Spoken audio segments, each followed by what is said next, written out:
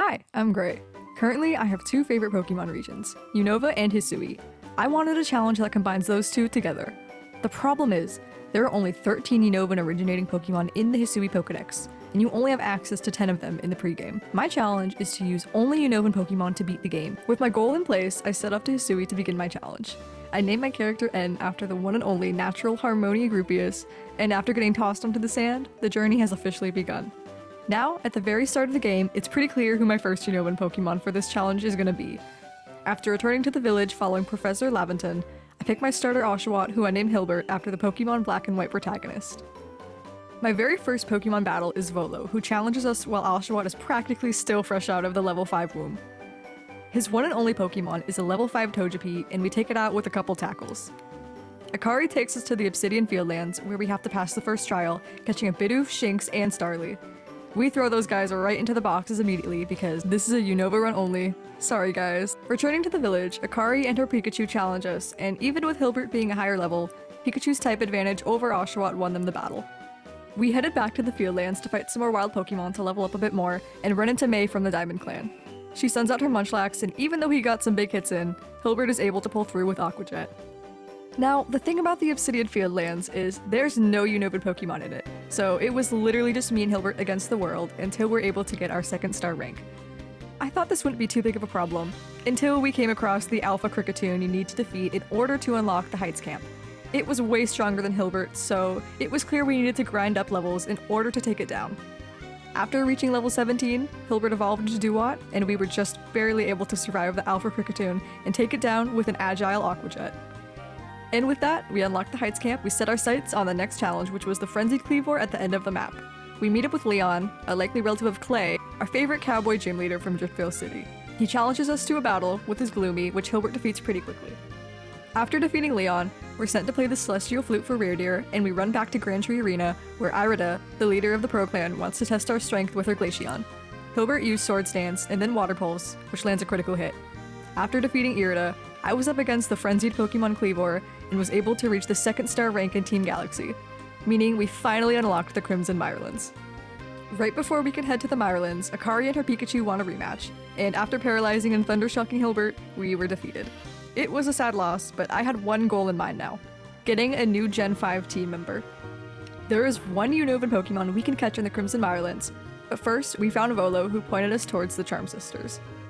When we found them, Coin sent out her Toxicroak, which we took down with a couple of water pulses. Then, we went out to fight some rocks, found a shiny rock, and then headed back to fight Ursaluna, a ground normal type that was introduced in this game. After defeating Ursaluna, I was ready to add the 2nd Unovan team member. Patil is the next Gen 5 Pokemon we can currently catch. She's a grass type that resembles a cute little plant bulb that you could only catch in Pokemon White and Pokemon White 2. I was super excited to catch Patil, but realized I had an obstacle. Patil spawns in the Home of Trials, which to access at this point in the game, you need Basculegion to swim you across the river. I was so determined to get Patil that I went up and down the river looking for a narrow point where maybe we could jump across.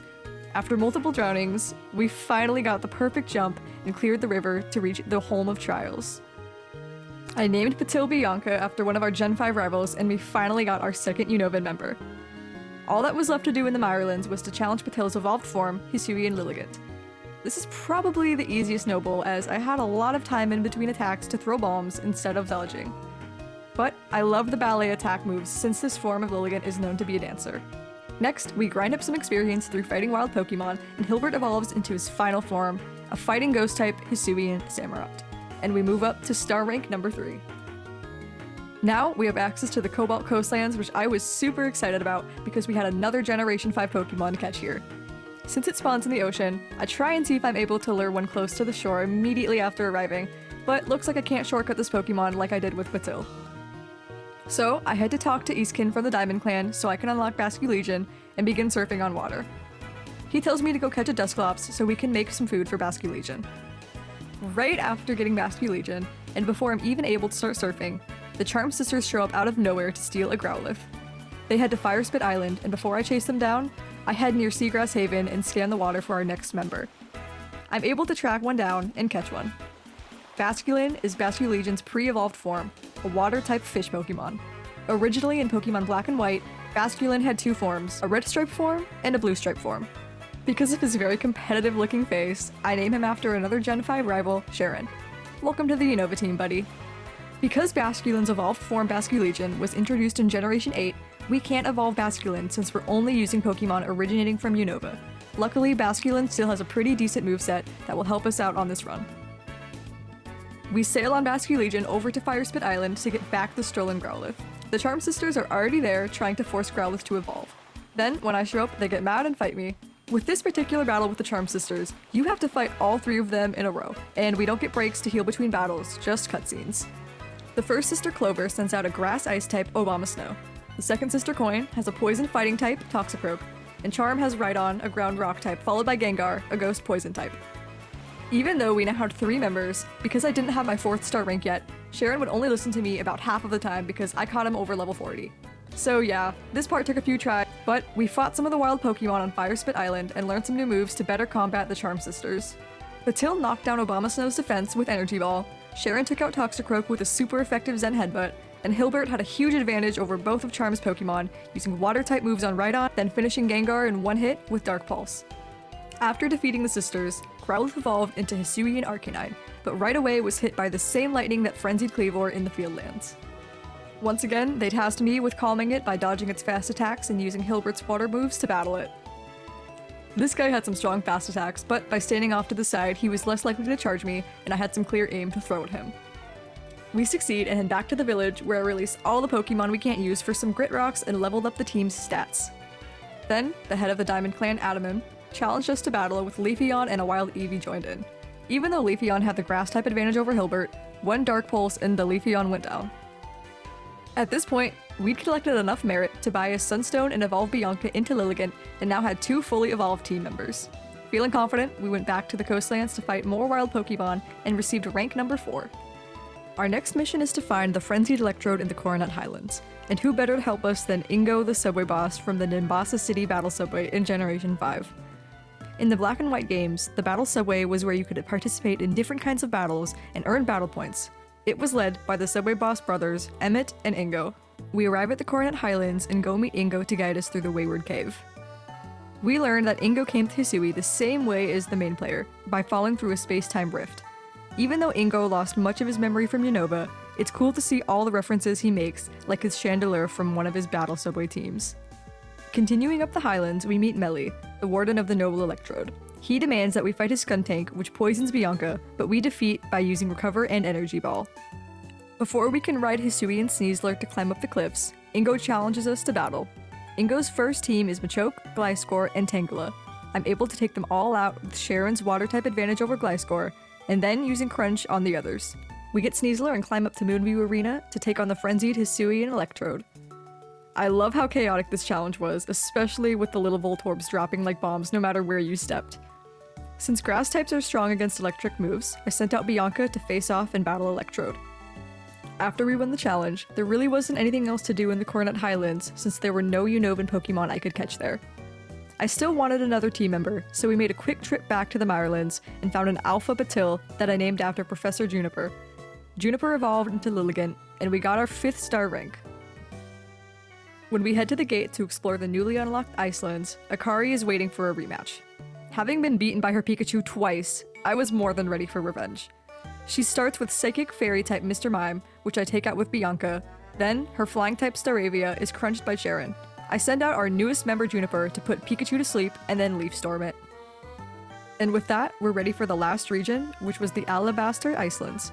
With 4 members on the team, we have 2 spots remaining for a Generation 5 Pokemon, and I know exactly who it's gonna be. We race over to the east side of the map and find a wild Rufflet. Rufflet is a normal flying type that learns the move Brave Bird. Brave Bird has a base power of 120 and a 100% accuracy rate, which will come in handy for our bigger battles coming up. I name Rufflet Charles after the triple-battled motorcyclist from Driftvale City. Our final member is found in the deep ice caverns of the Icelands, and is one of my favorite Pokemon both in the Black and White games and Legends Arceus, Zorua. Normally, Zorua is a dark type, but this regional variant of Zorua is a ghost type. I named Zorua Bryson after the Generation 5 gym leader and Pokestar Studios movie star. Then I raised the stats of our 2 newest members so they could be ready for battle, and we headed back out to find the Warden Garrick.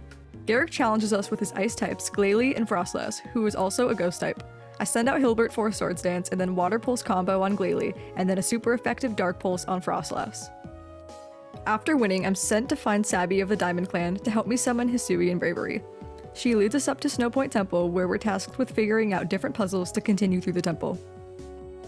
Before reaching Sabby, we encounter an Alpha Gallade, and it was a much higher level than I expected it to be. Even though Charles had the flying type advantage, Gallade took out Charles in one hit with close combat. I sent Sharon out to use Crunch, and we pulled through.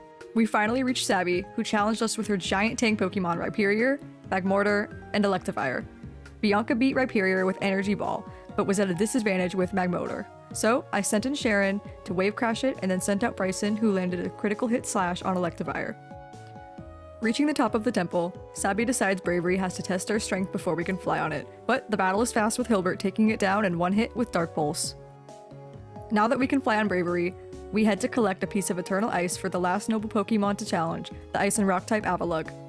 I love how absolutely menacing the size of this Pokemon is. The only Pokemon I sent out against Avalugg is Bianca, since Grass is super effective on rock types. And with that, we conquered all the noble Pokemon in Hisui. After returning to the village, there's a huge explosion and the sky turns a very ominous color. The village decides somehow it's all my fault, so I'm thrown out of the village. Volo and Kagita take me in and send me off to collect pieces for a red chain from the 3 Lake Guardians. I had a feeling we would need to be prepared, so before arriving at Lake Verity, I evolved Bryson into Hisui and Zoroark. In the Lake Cavern, an Alpha Goodra was waiting for battle. I defeated it with Sharon and met the legendary Pokemon Mesprit. We receive Mespirit's Plume and head to the next lake in the Crimson Mirelands. At Lake Valor, we have to defeat an Alpha Overquill, a dark poison type. I used Bryson to slash it down and we encountered Azelf, who gave us a Fang. The last lake is Lake Aquity, where an Alpha Hisuian Zoroark is waiting to fight us. Hilbert's Dark-type move was super effective on the Ghost-type Zoroark, and we received the Claw.